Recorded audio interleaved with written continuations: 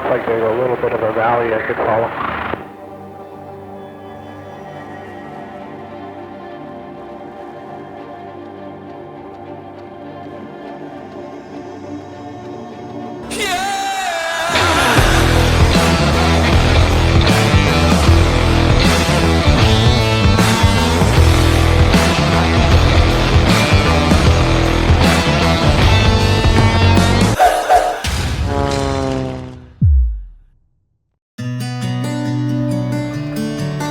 Welcome back to Wings Across Canada. We're so glad you joined us. This episode marks the start of one of the most dangerous legs of our journey, flying from Nova Scotia to Newfoundland. It's about 70 miles of open ocean between the two. Roughly 20 miles out, there's a small island, our only real emergency option if things go sideways. Beyond that, it's just a lot of cold water, and the chances of surviving a ditching out there? Not great. Our plan is to launch from Stanley and make a fuel stop in Port Hawkesbury. From there, we'll follow the Cape Breton coastline, where we just spent 2 days exploring by road before heading out over the open water. Our destination? Deer Lake. It's the only airport we'll visit in Newfoundland. It's a flight that makes you think about your aircraft, your engine, your decisions, and your luck. But this is part of the journey, and it's time to take the next leap. The weather today is a little marginal. We're under a cloud layer that stretches about 25 minutes to the north, with ceilings forecast around 1,500 feet. That's lower than we'd normally choose to fly in, but just beyond that short section, the skies clear up beautifully, all the way to Newfoundland. Stanley traffic, Gulf X-rays of Lucier is taking position, backtracking 27 Stanley. Stanley traffic, Gulf X-rays of Lucier is on the roll 27 Stanley.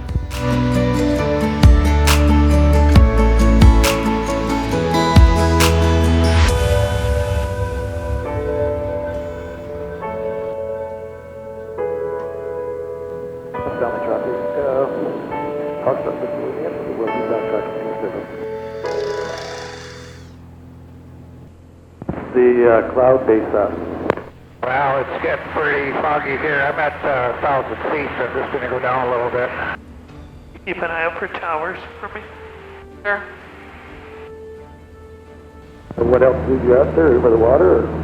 I'm across the water. I'm over by 13 miles from Seabird. I'm kind of following the coast along the north side of this water here, and seems to be visible inland. It's pretty low. Just over the water, then? Yeah, I'm about a mile offshore, just 900 feet. The visibility is good. It's just, looking forward or down the water, but looking inland, it looks like it gets kind of low.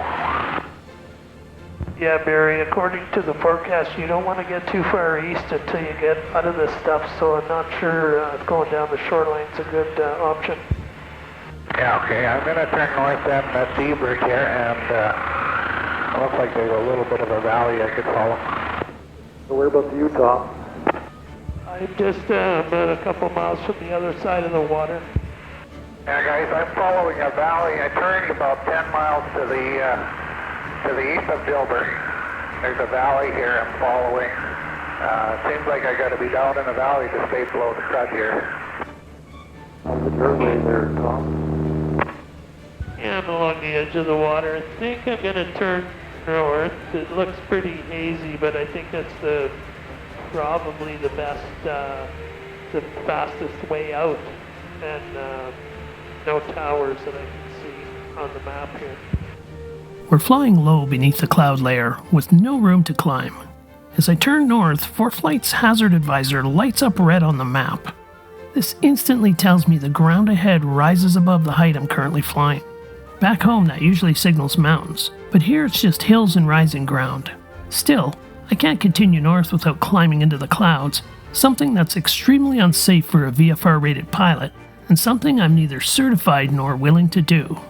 10 years ago, a pilot like me might have unknowingly flown straight into that danger.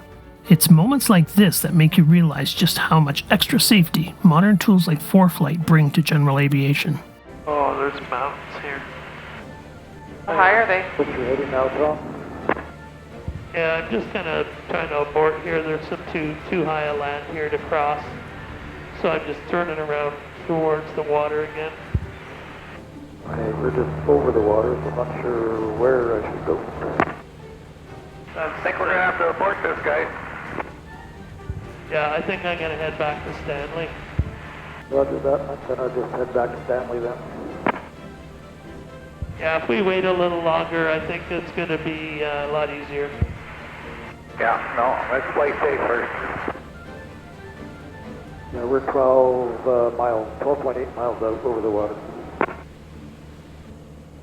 I'm 16 miles from Stanley. I'm showing 5 minutes, 46 seconds to Stanley. I'm 8 minutes. Do you have me in sight there, Tom? I'm just on your left there, about a mile and a half. Negative contact. Yeah, you're 9 o'clock at about 800 feet. I see you. Stanley traffic, Gulf X-ray Zulu Sierra is 3.5 to the north, inbound for full stop landing, estimating the field at 2.5 minutes. Stanley Victor Lee Mandy, turning my left base for 27. November, make off, crossing center field, right downwind left, 27. Victor Lee Mandy, short final for 27. November, make off, downwind left, 27, full stop. November, make off, on final, Stanley. Gulf X-ray Zulu Sierra, System 182, crossing midfield, Stanley. Gulf X-ray Zulu Sierra, System 182, turning left base, 27, Stanley. November, make off, backtracking. Gulf X-ray Zulu Sierra, final 27. When you're flying VFR, you always have to be willing to turn back. It's not failure, it's sound decision making. Most weather-related accidents happen when a pilot pushes just a little too far. When we departed, the ceiling was sitting near 1,500 feet, right around what was forecast. Under normal circumstances, that would have kept us grounded. But we knew that just 25 minutes to the north, it was wide open, clear blue skies. That's what made us go. The marginal weather was to be short-lived, and the reward was excellent conditions ahead. But as we got across the water of the Minas Basin, that ceiling dropped lower than expected. It wasn't safe, so we turned back. And just like that, we're one more night at the Stanley Hilton.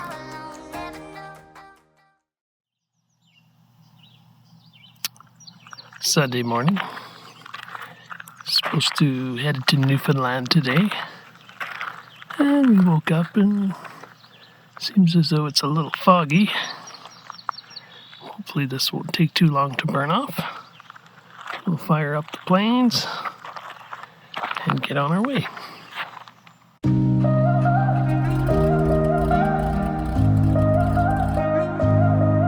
Stanley traffic, Charlie Fox, November, make off, RV9, we're taxiing all short to 27 for running. Stanley traffic, Gulf X-ray Zulu Sierra is taxiing to the hold short line.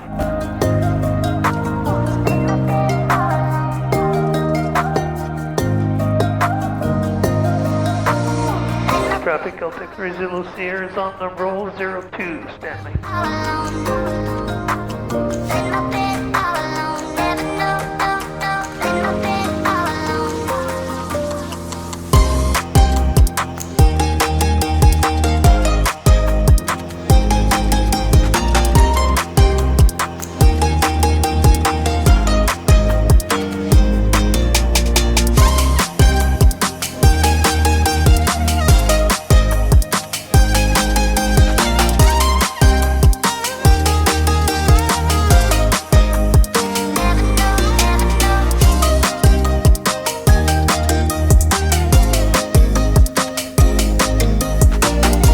Traffic, Gulf X-ray Zulu Sierra is just off 02, and we're taking a turn to the right to head to Hawkbury.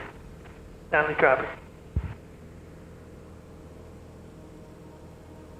What a difference a day makes. Look at this now. Here's a bell.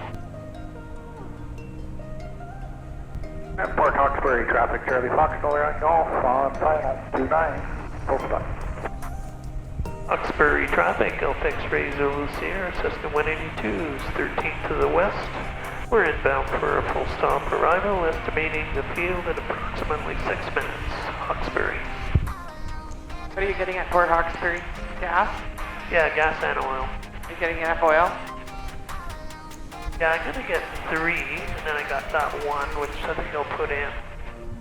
Port Hawkesbury traffic, Gulf X-ray Zulu Sierra, Cessna 182 is 5 to the west. We're gonna be joining a left downwind for 29. It's going out on 45, Hawkesbury.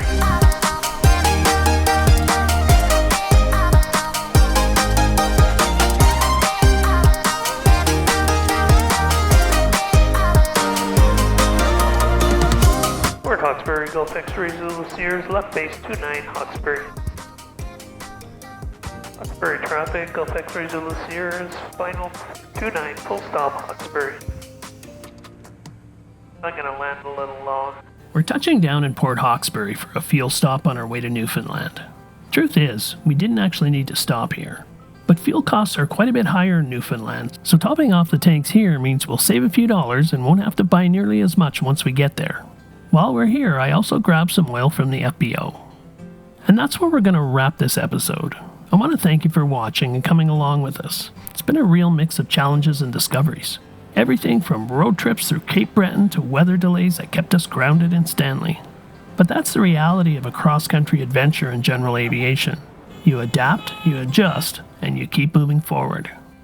In our next episode, we'll be back in the air lifting off from Port Hawkesbury and heading out across the biggest stretch of water yet, 70 miles of ice-cold ocean water to Deer Lake, Newfoundland. Along the way, we'll get one last look at Cape Breton from above, and the views along the western shoreline are nothing short of spectacular. And Newfoundland itself, it absolutely amazed us. We didn't really know what to expect, but what we found there was unforgettable. So if you haven't already, please like this video, subscribe to the channel, and click the notification bell so you won't miss that next flight. This adventure has a lot more in store, and we'd love to share it with you. Until next time, keep your eyes on the horizon and your spirits high.